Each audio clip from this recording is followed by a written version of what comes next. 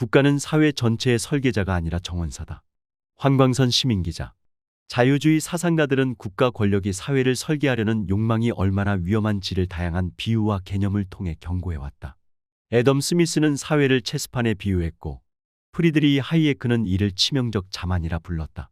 이사야 벌리는 자유의 두 가지 개념을 구분하며 국가가 개인의 자유를 강제하는 모순을 지적했고 칼 포퍼는 열린 사회 개념으로 전체주의적 사회공학을 비판했다.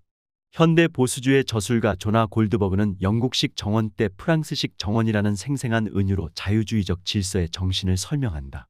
이들의 사상을 통해 국가 권력의 본질과 자유주의 질서, 시장경제의 관계를 살펴보면 국가는 정원사이지 설계자가 아니며 사회 질서는 구성원의 자생적 노력으로 형성된다는 통찰에 이르게 된다.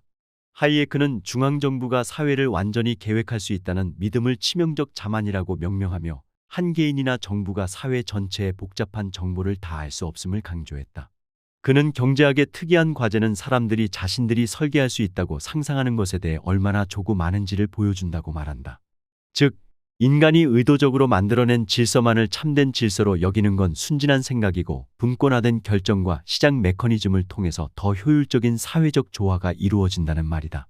복잡한 사회에서는 개개인이 분산된 지식을 활용하여 행동할 때 전체적인 질서와 적응을 할 수 있으며 한 곳에서 모든 것을 설계하려는 시도는 오만일 뿐 아니라 비효율적이다. 이는 시장경제의 자생적 질서 개념과 통한다. 이러한 통찰은 애덤 스미스의 고전적 비유에서도 찾아볼 수 있다. 스미스는 체스판의 은유를 통해 계획가의 오만을 비판했다. 체계의 사람은 마치 손이 체스판의 말을 옮기듯 사회의 구성원을 배치할 수 있다고 상상한다.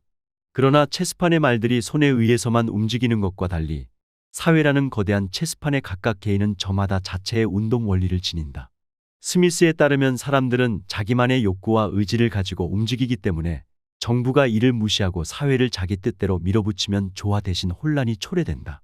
스미스는 1755년 한 국가를 최저의 야만 상태에서 최고의 풍요로 이끄는 데 필요한 것은 평화, 적당한 과세 그리고 참을 만한 수준의 사법 행정에 불과하다. 나머지 모든 것은 자연스러운 과정에 맡겨라. 이 자연스러운 경로를 방해하거나 사회의 발전을 특정 지점에서 멈추려 하는 모든 정부는 부자연스러운 것이며 스스로를 지탱하기 위해 억압적이고 전제적이 될 수밖에 없다라고 했다. 자연적 질서를 거스르는 과도한 계획은 억압으로 이어진다.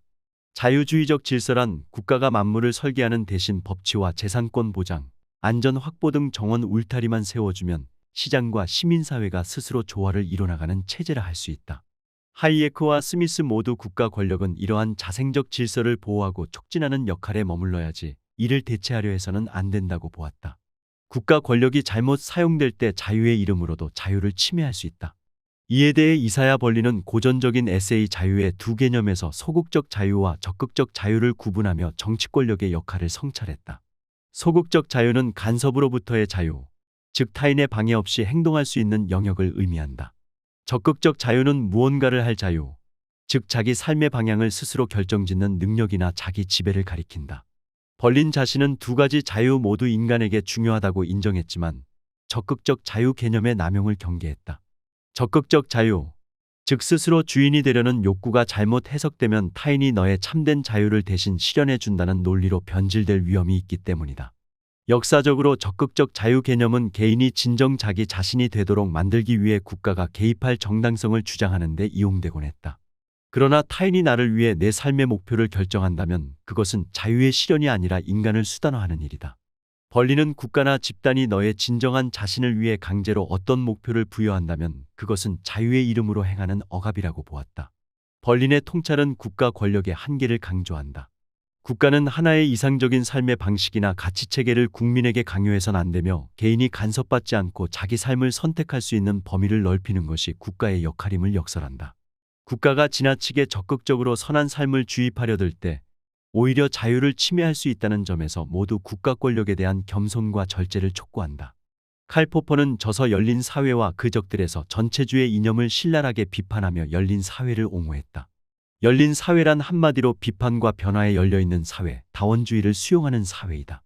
포퍼는 플라톤에서 헤겔, 마르크스에 이르는 역사주의적 유토피아 사상의 공통점은 어떤 완벽한 사회상을 설정하고 이를 실현하기 위해 강압적 수단도 정당화하는 태도라고 비판했다. 포퍼는 이러한 시도를 유토피아적 사회공학이라 부르며 그것이 자유를 파괴하고 폭력을 낳는다고 보았다. 인간의 지식과 선의는 한계가 있기 때문에 사회를 한꺼번에 낙원으로 만들려는 계획은 늘 예기치 못한 부작용을 초래한다는 뜻이다.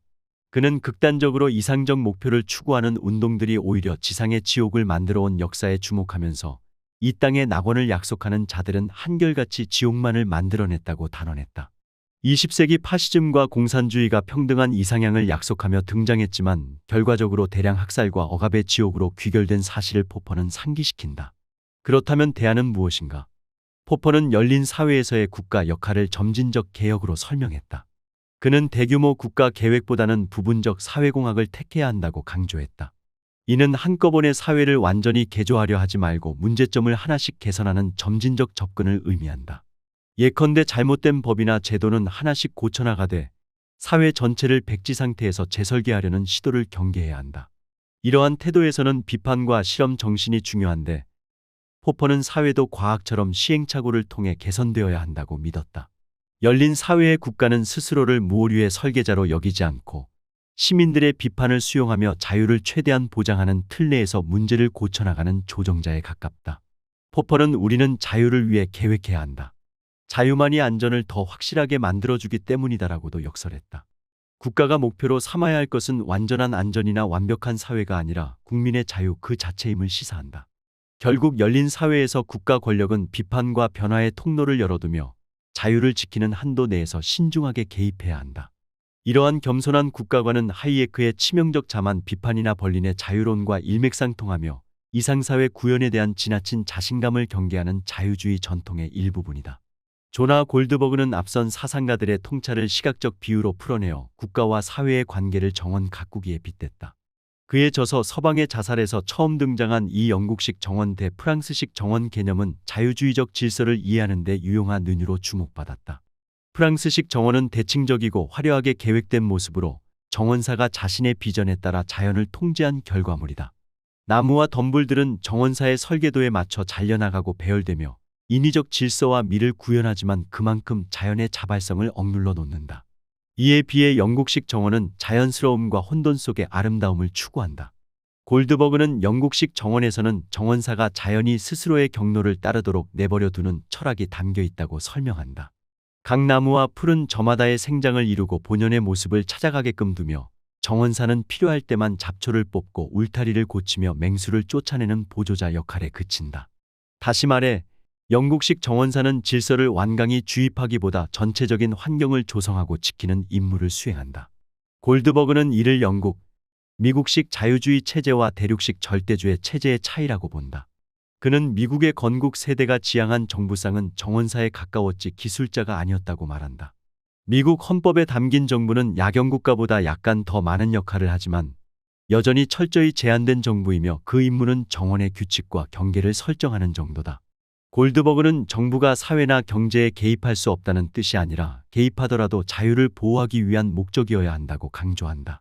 이는 제임스 매디슨이 연방주의자 논고 시편에서 정부의 제일 목표는 자유라고 한 것과 맥락을 같이 한다. 다시 정원 비유로 돌아오면 정부는 정원에 울타리를 세우고 질서를 어지럽히는 잡초와 해충을 막아주는 역할을 할 뿐 어떤 꽃은 어디에 피고 어떤 나무는 어떻게 자라야 할지 일일이 정해주지 않는다.